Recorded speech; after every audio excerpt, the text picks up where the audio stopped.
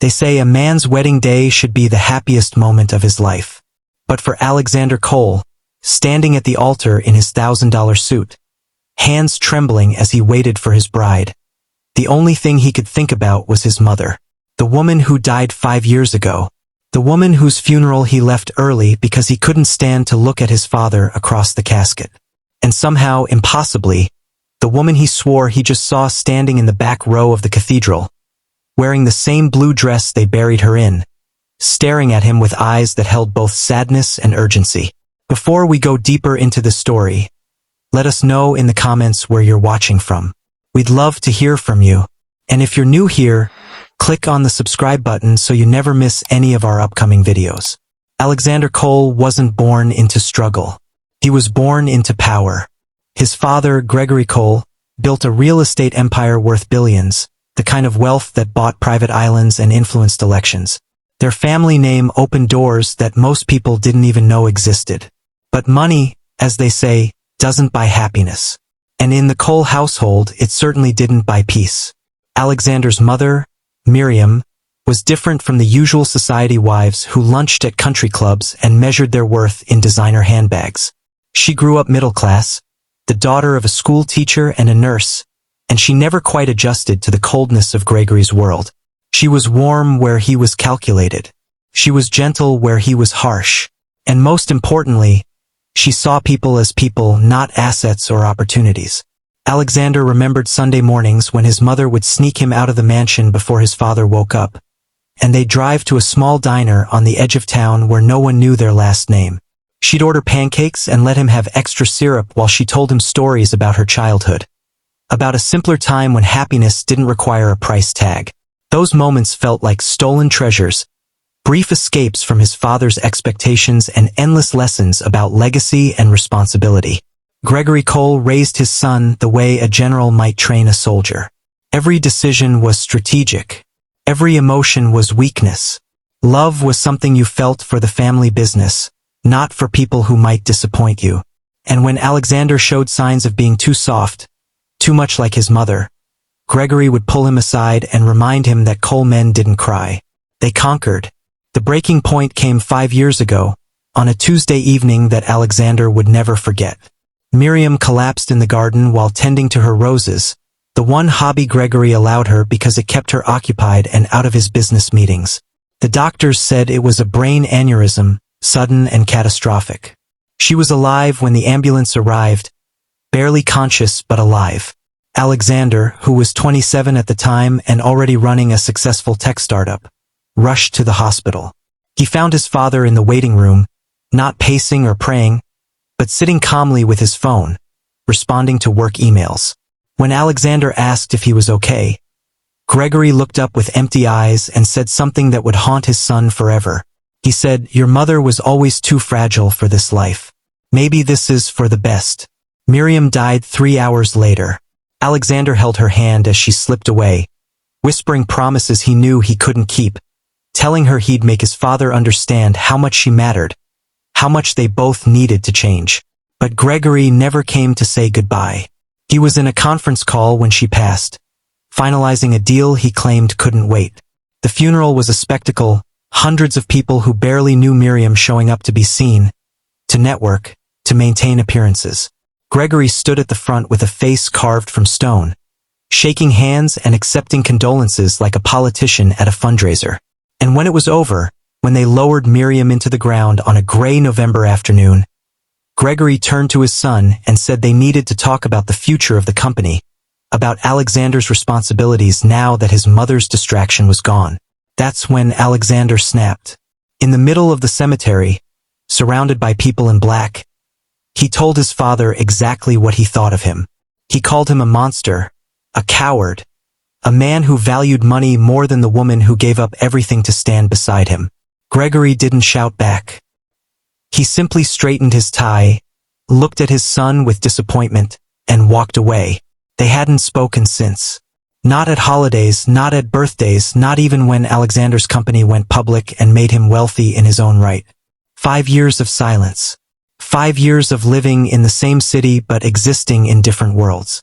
5 years of Alexander trying to forget that the man who taught him to ride a bike was the same man who couldn't be bothered to hold his dying wife's hand. Alexander threw himself into work, into building something that had nothing to do with his father's empire. He dated, traveled, tried to fill the emptiness with experiences and achievements. And then he met Vanessa at a charity gala, a beautiful lawyer with sharp wit and kind eyes who didn't know or care about his family drama. She made him laugh again. She made him feel like maybe he could have a future that wasn't haunted by the past. When he proposed on a beach at sunset, he thought he'd finally found peace. He thought he'd finally moved on. The wedding was planned meticulously, everything Vanessa wanted.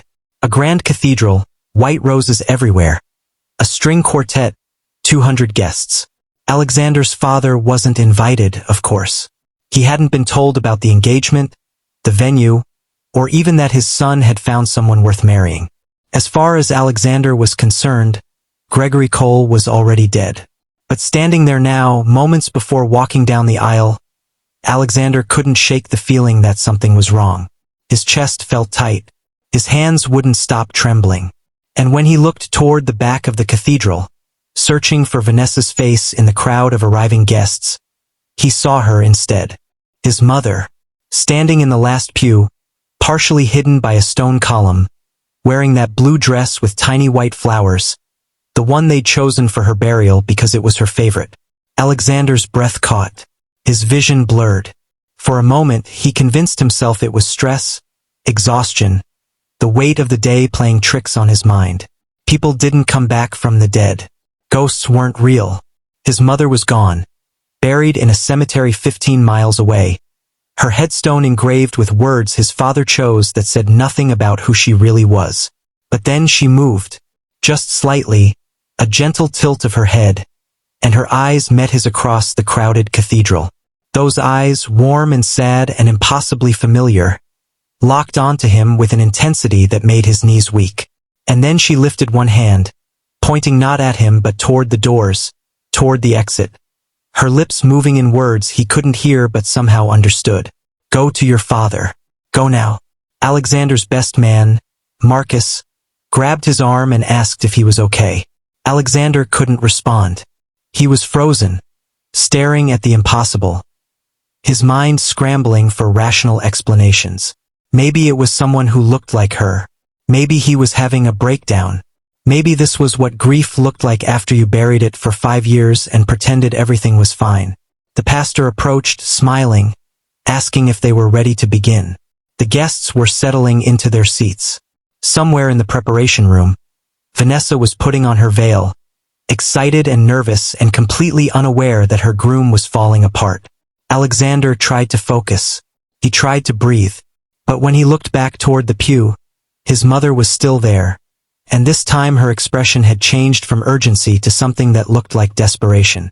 Her hand reached toward him across the distance, and he heard it then, clear as if she were standing right beside him, her voice cutting through the classical music and murmuring crowd. My son, please, before it's too late. That's when his phone buzzed. Twice. 3 times. He pulled it from his pocket with shaking hands, saw 3 missed calls from a number he didn't recognize. A voicemail notification blinked on the screen, against every instinct telling him to ignore it, to focus on his wedding. He pressed play and lifted the phone to his ear. The message was from a woman who identified herself as Patricia, Gregory Cole's nurse. Her voice was strained, professional but clearly emotional. She said she tried to reach Alexander's father's lawyer, his business partner, anyone who might care, but no one was answering. She said Gregory had collapsed that morning, that his heart was failing, that the doctors weren't sure he'd make it through the day. She said that in his moments of consciousness, Gregory kept calling for his son. He kept saying Alexander's name. He kept asking if it was too late. Alexander felt the cathedral spin. The walls closed in. The faces of 200 guests blurred into meaningless shapes. He looked again toward the back pew, but his mother was gone, vanished as suddenly as she'd appeared, leaving only a cold, empty space and the faint scent of roses, her favorite flower. Marcus was talking to him, asking what was wrong, why he looked so pale. The pastor waited patiently, Bible in hand, ready to begin the ceremony that was supposed to start 3 minutes ago. Vanessa's father appeared from the preparation room, wondering about the delay, reminding everyone that his daughter was ready.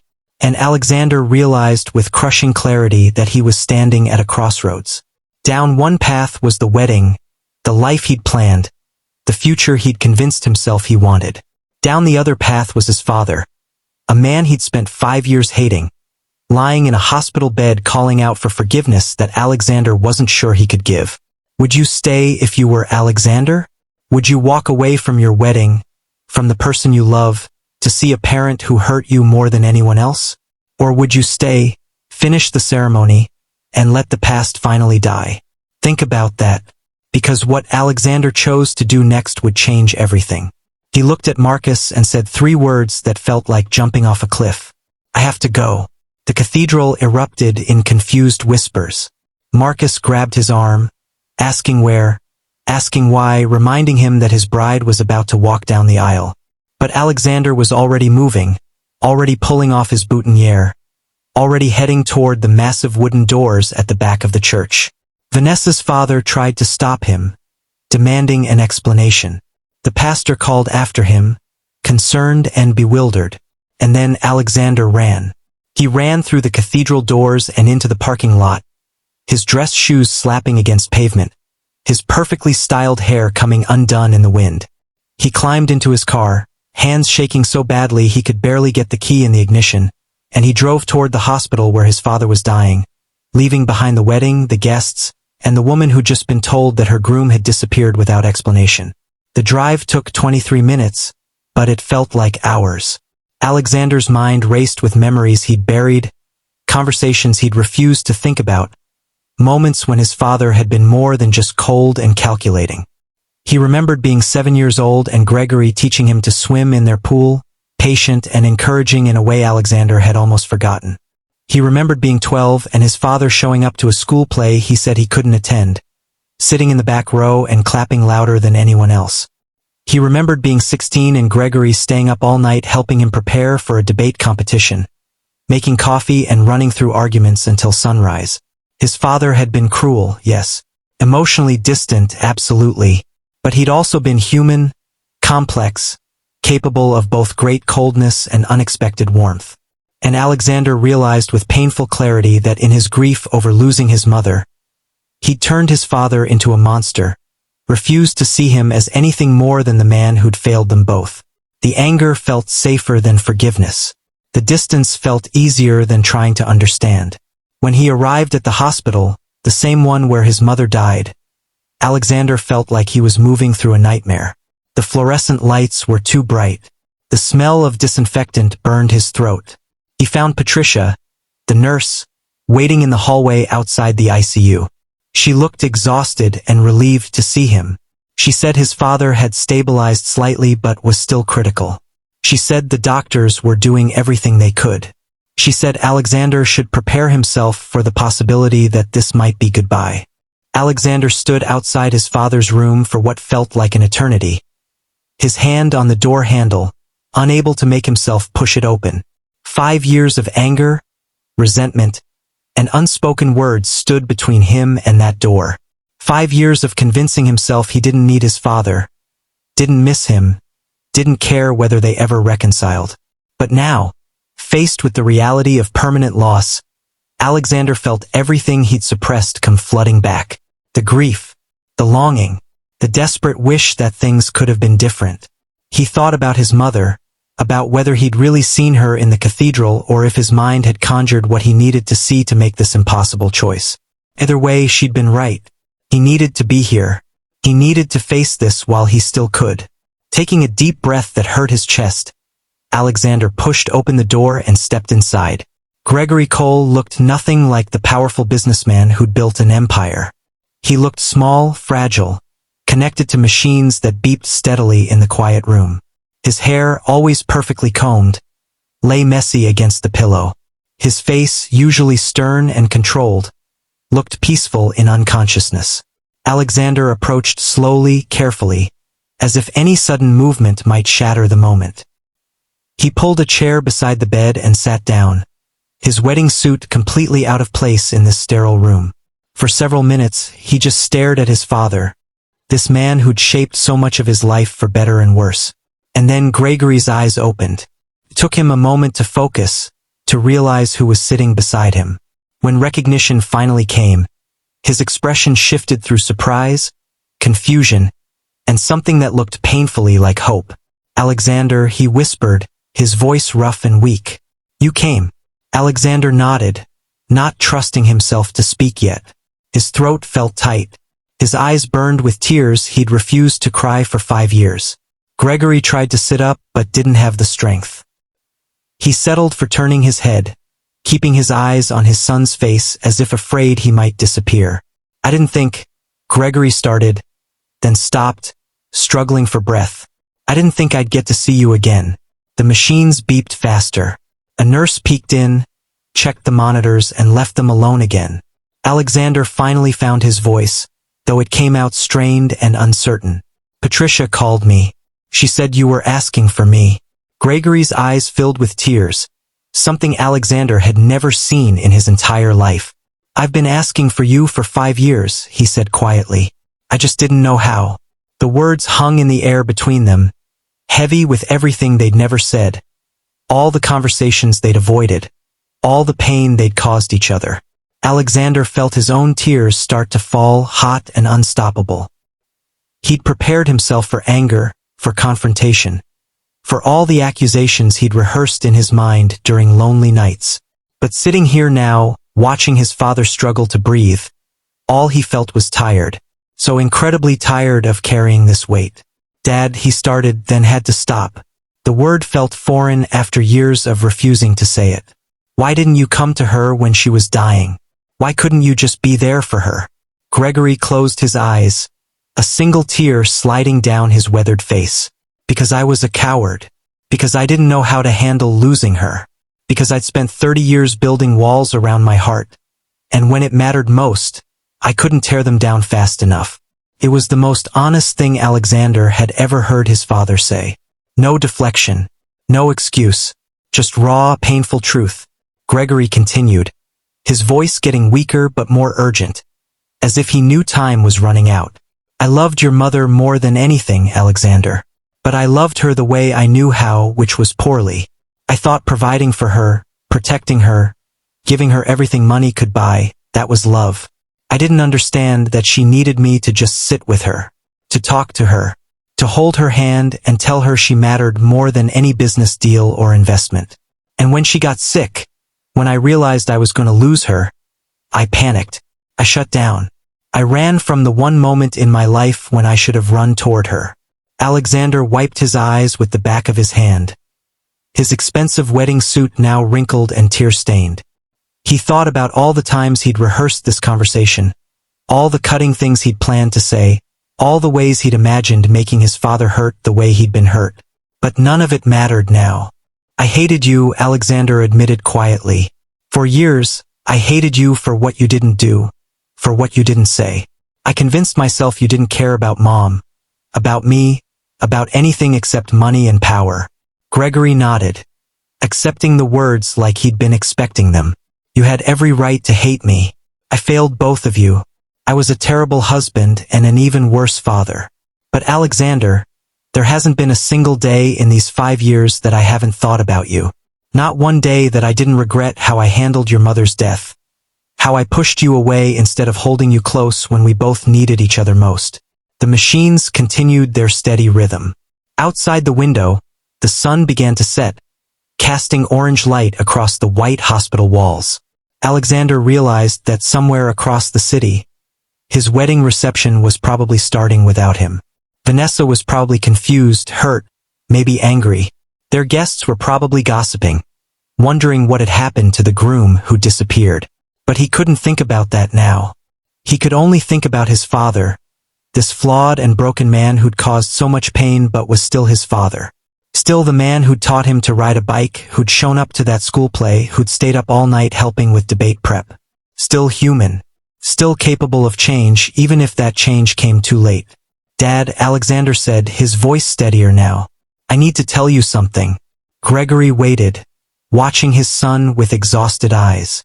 I'm supposed to be getting married right now. I left my wedding to come here. Gregory's face crumpled. Oh God, Alexander. No, you should go back. You should be with her. Don't make the same mistake I made. Don't let pride or anger or whatever you're feeling toward me cost you your future. But Alexander shook his head. I didn't come here because I had to. I came because I wanted to. Because Mom was right. Gregory's eyes widened slightly. What do you mean? Alexander wasn't sure how to explain what he'd seen, what he'd experienced in the cathedral. It sounded crazy, impossible, the kind of thing rational people didn't believe in. But sitting in this hospital room, with his dying father and the ghost of his mother's presence still lingering in his mind, rationality didn't seem to matter anymore. I saw her today, Alexander said quietly. At the wedding. I was standing at the altar and I looked up and Mom was there, in the back of the cathedral, wearing that blue dress. She pointed toward the door. She told me to come to you before it was too late. Gregory stared at his son, and for a long moment, neither of them spoke. Then, impossibly, Gregory smiled. A real smile, small and sad but genuine. She came to me too, he whispered. Last night. I thought I was dreaming, but she sat right where you're sitting now, and she told me the same thing. That our son would come. That I needed to hold on. Alexander felt chills run down his spine. He thought about all the ways to rationalize what they were both claiming, all the logical explanations for shared hallucinations or grief-induced visions. But in that moment, none of it mattered.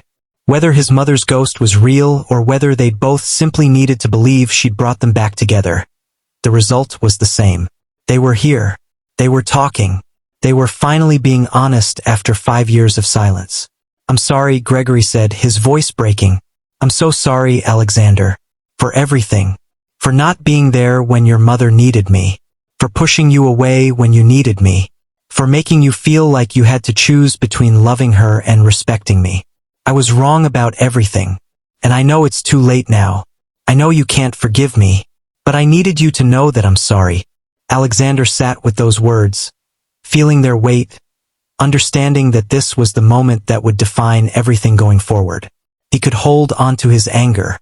He could walk away from this hospital room carrying the same resentment he'd carried for 5 years. He could tell his father it was too little too late, that sorry didn't fix anything. And he wouldn't be wrong. But as he looked at this dying man, this imperfect father who'd failed in so many ways but was still trying, still reaching across the divide even as his body gave out, Alexander realized something important. Forgiveness wasn't about his father deserving it. It wasn't about erasing the past or pretending the pain hadn't happened. Forgiveness was about choosing not to carry the weight anymore. It was about acknowledging that holding on to anger hurt him more than it hurt the person he was angry at. It was about breaking cycles and choosing a different path, the kind of path his mother would have wanted for both of them. I forgive you, Alexander said, surprised by how easily the words came once he stopped fighting them. I forgive you, Dad. Gregory's face crumpled completely. He tried to speak but couldn't manage it. He reached out with a shaking hand, and Alexander took it, holding on to his father the way he hadn't since he was a child. They stayed like that, father and son, connected by blood and pain and finally, tentatively, by something that felt like understanding. I don't know if I can have a relationship with you, Alexander admitted, because he needed to be honest about all of it. I don't know if we can fix everything that's broken between us. But I don't want to hate you anymore. I don't want to spend the rest of my life regretting that I didn't come here today. Gregory squeezed his hand weakly. That's more than I deserve. That's more than I could have hoped for. Thank you, son. They talked for the next hour, really talked in a way they never had before. Gregory asked about Alexander's company, about his life, about Vanessa. Alexander told him about the wedding he'd run from, about the chaos he'd left behind, about the difficult conversation he'd have to have with his fiancée. Gregory listened, really listened, and when Alexander finished, his father gave him the best advice he'd probably ever given. Don't make my mistakes. Don't run from the people who love you. If this woman is worth marrying, she'll understand why you came here. And if she doesn't, then maybe she's not the right person. Alexander thought about that. He thought about Vanessa, about how understanding she'd been about his family issues, about how she'd supported him even when he shut her out. He hoped his father was right. He hoped she'd forgive him for the dramatic exit and the impossible choice. Gregory's condition deteriorated gradually as the evening wore on. The doctors came in several times, adjusting medications and checking monitors, their expressions professional but not hopeful. Alexander called Vanessa from the hospital hallway, his heart pounding as he tried to explain what had happened. She answered on the fourth ring, her voice tight with hurt and confusion. "Where are you, Alec? What happened? Why did you run?" Alexander told her everything. About the phone call from the nurse. About his father's condition. About the impossible decision he'd had to make. He apologized for leaving her, for ruining their perfect day, for putting her through the embarrassment of explaining to 200 guests why her groom had disappeared. There was a long silence on the other end. Alexander prepared himself for anger, for accusations, for Vanessa telling him it was over. Instead, she said something that made him love her even more. "I wish you'd told me. I would have come with you." They talked for 20 minutes, sorting through the chaos, figuring out what came next. The wedding could be rescheduled. The guests would understand eventually. What mattered was that Alexander was where he needed to be, doing what he needed to do. Vanessa said she'd come to the hospital, that she didn't want him to face this alone. Alexander told her she didn't have to, but she insisted. "I'm going to be your wife. This is what we do. We show up for each other, even when it's hard. Especially when it's hard." When she arrived 2 hours later, still in her wedding dress because there hadn't been time to change, Gregory was sleeping fitfully. Alexander introduced her quietly, and Vanessa surprised him by taking Gregory's hand gently. "It's nice to finally meet you, Mr. Cole. I'm sorry it had to be like this." Gregory opened his eyes, confused by the vision in white standing beside his son. "Are you," he struggled for breath, "are you the bride?" Vanessa smiled, sad but genuine. "I'm supposed to be. Alexander left our wedding to come see you." Gregory's eyes filled with tears again. He looked at his son with an expression that combined guilt and gratitude. "You shouldn't have done that." Alexander shook his head. "Yes, I should have. Because if I hadn't, I would have regretted it for the rest of my life." The three of them stayed together through the night, sometimes talking, sometimes sitting in comfortable silence. Gregory drifted in and out of consciousness, but during his lucid moments, he told stories about Alexander's childhood that his son had forgotten. He told Vanessa about the time 5-year-old Alexander tried to help with business calls and told an important client that his dad couldn't talk because he was pooping. He told her about the time 10-year-old Alexander organized a charity car wash and raised money for the local animal shelter, determined to save every homeless dog in the city. These were glimpses of a different Gregory Cole, one that Alexander had pushed out of his memory when he decided his father was nothing but cold and cruel. Hearing these stories now, seeing his father's face light up with genuine warmth even through exhaustion and pain, Alexander realized how much more complex people were than the simple narratives we created about them. His father had been many things, good and bad, strong and weak, loving and failing. Just human, trying his best and falling short, just like everyone else. As dawn began to break, Gregory's breathing became more labored. The nurses increased his pain medication. The doctor came in and spoke quietly with Alexander in the hallway, preparing him for what was coming. Alexander returned to his father's bedside, took his hand, and said the words he'd been holding back. "I love you, Dad. I'm angry with you, and I'm hurt by what happened. But I love you. I always have." Gregory Cole passed away peacefully at 6:47 a.m., with his son holding his hand and his future daughter-in-law standing quietly nearby. In his last moments, he looked toward the corner of the room and smiled, his eyes focusing on something Alexander couldn't see. He whispered 2 words that were barely audible. "Hello, Miriam." And then he was gone. Alexander sat with his father's body for a long time, not crying, just being present with the finality of it all. Vanessa stood behind him, her hand on his shoulder, giving him the space and support he needed. When they finally left the hospital, the sun was fully up, casting warm light on a world that felt completely different than it had 24 hours ago. Alexander had lost his father, but he'd gained something too. Closure. Understanding. The knowledge that he'd made the right choice, the hard choice, the choice his mother had somehow guided him toward. 2 weeks later, Alexander and Vanessa were married in a small, quiet ceremony with just close family and friends. It wasn't the grand cathedral wedding they'd planned, but it felt more meaningful somehow. During his vows, Alexander promised to never run from hard conversations, to never let pride build walls between him and the people he loved, to always show up even when it was uncomfortable. These weren't just promises to Vanessa. They were promises to himself, lessons learned from watching his parents' marriage and his father's regrets. Every year on his anniversary, Alexander visits the cemetery where both his parents are buried. He brings roses, his mother's favorite, and tells them about his life, about Vanessa, about their children when they come, about the company he's building and the legacy he wants to create that has nothing to do with empire and everything to do with showing up for the people who matter.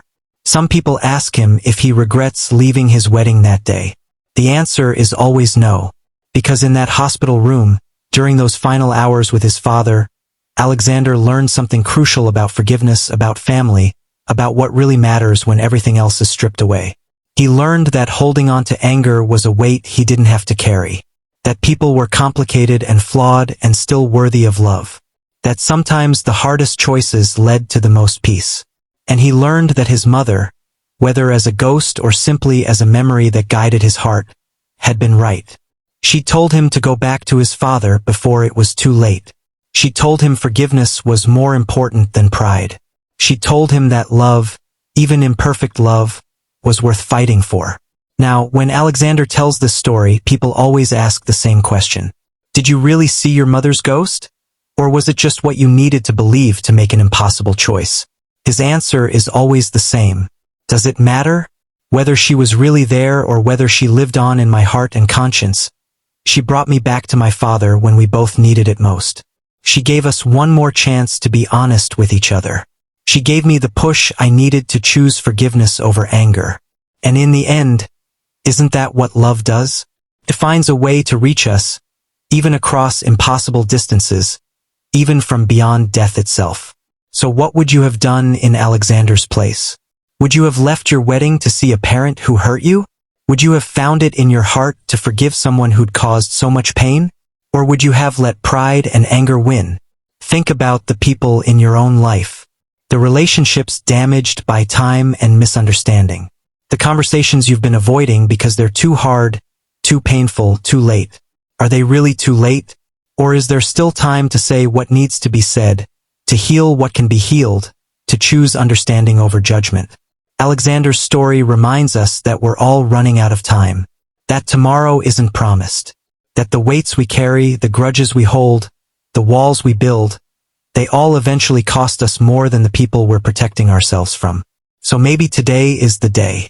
Maybe today is when you make the call, send the message, show up for the conversation you've been running from. Maybe today is when you choose forgiveness, not because the other person deserves it, but because you deserve the peace that comes from letting go. Life is complicated. People are flawed. Families are messy. But love, real love, is always worth fighting for. Even when it's hard. Even when it hurts. Even when it means leaving your own wedding to sit beside someone who failed you, and choosing to see them as human instead of as the villain in your story. Thank you for watching. If the story touched your heart, let us know in the comments. Share it with someone who needs to hear it. Subscribe for more stories about the complicated, beautiful, heartbreaking reality of being human. And remember, it's never too late to choose love over anger, understanding over resentment, forgiveness over pride. Until next time, take care of each other.